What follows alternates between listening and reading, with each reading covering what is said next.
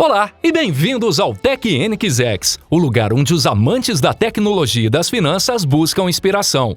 No vídeo de hoje vamos explicar um relatório recente que revela quais recursos os CBDCs terão, como os governos planejam implantá-los e quais implicações isso pode ter para as criptomoedas. Então, esperamos que você acompanhe até o fim para saber todos os detalhes. Como sempre, antes de iniciar o vídeo, é importante lembrar que a análise que fazemos no canal não implica em investir nessas criptomoedas. Não somos seus assessores financeiros, portanto, você não deve interpretar as informações aqui explicadas como uma oportunidade de investimento.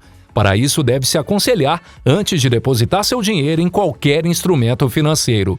Sem mais nada a acrescentar, vamos começar.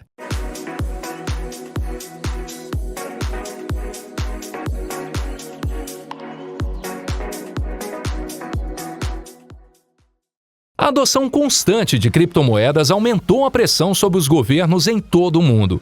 Embora a impressão imprudente de dinheiro só tenha piorado a situação, eles agora estão correndo para desenvolver as moedas digitais do Banco Central antes de perderem ainda mais o controle econômico. Hoje nós vamos analisar um pouco o relatório elaborado pelo Banco Internacional de Pagamentos.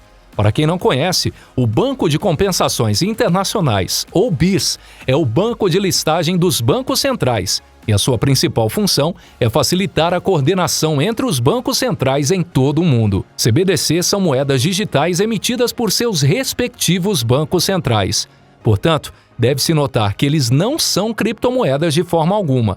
Isso ocorre porque os CBDCs são centralizados com permissões e quase não oferecem privacidade. Atualmente, quase todos os bancos centrais estão trabalhando em seu próprio CBDC, e 7 desses bancos centrais têm ajudado ativamente o BIS a desenvolver um modelo de CBDC, que são o Banco Central Europeu, o Banco da Inglaterra, o Banco do Japão, Banco Nacional da Suíça, o Banco do Canadá e o Banco Central Sueco. Em outubro de 2020, esses 7 bancos centrais e o BIS divulgaram o primeiro de muitos relatórios sobre como serão os CBDCs.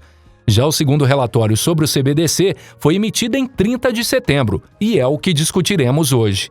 Esse relatório contém ainda mais detalhes sobre a aparência dessas moedas digitais e está dividida em 3 partes: design e interoperabilidade do sistema, necessidades e adoção do usuário e implicações para a estabilidade financeira. Os autores forneceram um breve resumo de 6 páginas de suas 3 partes no CBDC.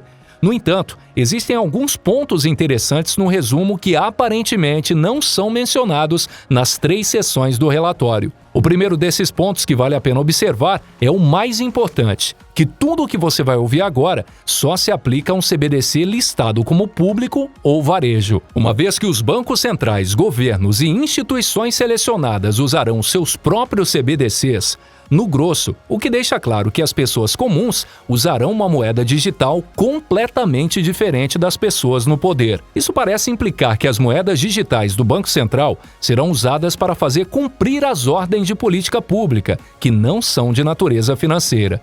Além disso, isso implica que os mesmos CBDCs de varejo terão regras diferentes para diferentes grupos de pessoas.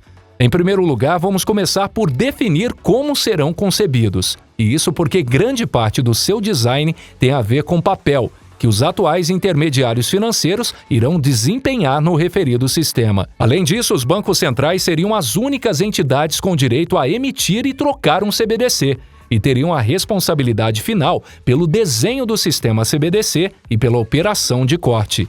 Embora os bancos centrais pudessem, em teoria, eliminar todos os intermediários financeiros existentes, o relatório ressalta a importância de colaborar com o setor privado, simplesmente porque o Banco Central não pode criar, muito menos manter, a mesma infraestrutura por conta própria. Agora, o papel exato de cada uma das partes não está totalmente claro, mas o relatório observa que se o Banco Central desempenhasse um papel excessivamente operacional ou dominante no ecossistema, a participação de intermediários privados poderia ser reduzida, como intermediários financeiros privados vão fazer parte da imagem. Isso significa que os CBDCs terão que ser interoperáveis, não apenas internacionalmente, mas também nacionalmente, com a infraestrutura existente.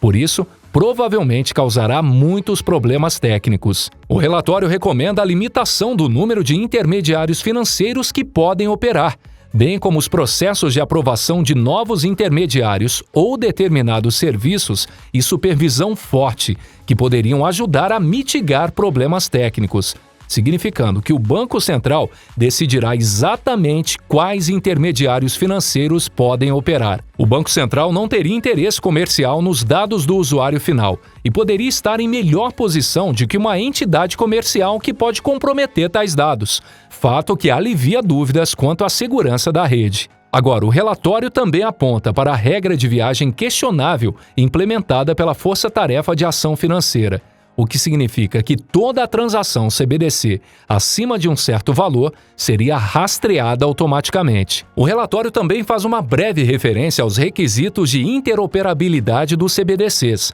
observando que a base essencial para a interoperabilidade seria a padronização que permitiria a compatibilidade. A última coisa que o relatório de interoperabilidade menciona é que um CBDC poderia ser introduzido com objetivo político explícito para catalisar a migração dos padrões nacionais, para, por exemplo, um padrão promovido internacionalmente. Ou seja, os padrões CBDC serão globais. Agora vamos com algo muito importante, então preste atenção.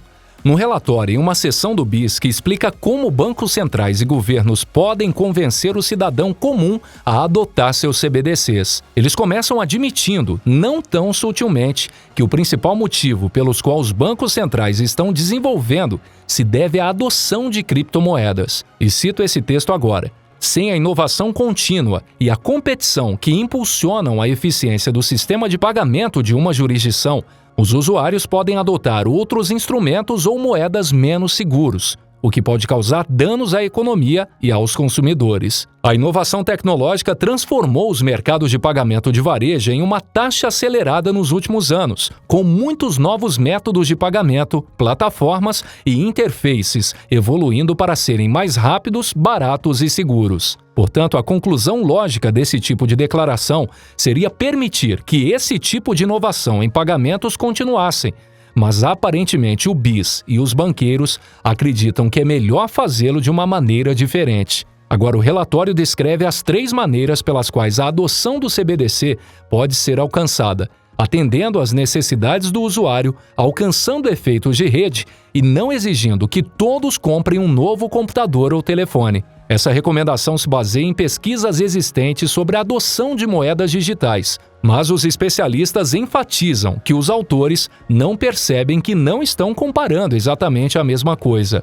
Da mesma forma, o relatório detalha algumas formas muito mais manipulativas de conseguir a adoção de moedas digitais, tais como incentivar o uso de moedas digitais pelos consumidores, pagando benefícios sociais e transferências a indivíduos em moedas digitais, além de permitir que os consumidores paguem seus impostos com eles. Na página 11, o relatório dá uma espécie de dica para várias campanhas de marketing da CBDC voltadas para consumidores com diferentes dificuldades e necessidades. O engraçado é que um desses arquétipos de consumidor é a pessoa que não quer que os bancos comerciais saibam sua identidade nem controlem suas despesas. No entanto, devemos estar cientes de que a introdução real dos CBDCs pode demorar alguns anos. Nesse período, espera-se que provedores de dinheiro privado e tokens continuem a desenvolver e expandir suas ofertas de serviços. Além disso, como os bancos centrais não conseguem se recuperar, a única maneira de conter as moedas estáveis e as criptomoedas em geral é por meio da regulamentação. Provavelmente por isso que estão sob ataque dos governos. Agora, em sua opinião, você acha que os CBDCs irão substituir as criptomoedas? Deixe o seu comentário. Não esqueça de deixar o joinha, se inscrever no canal e ativar o sininho para não perder nenhum de nossos conteúdos. Isso é TechNXX.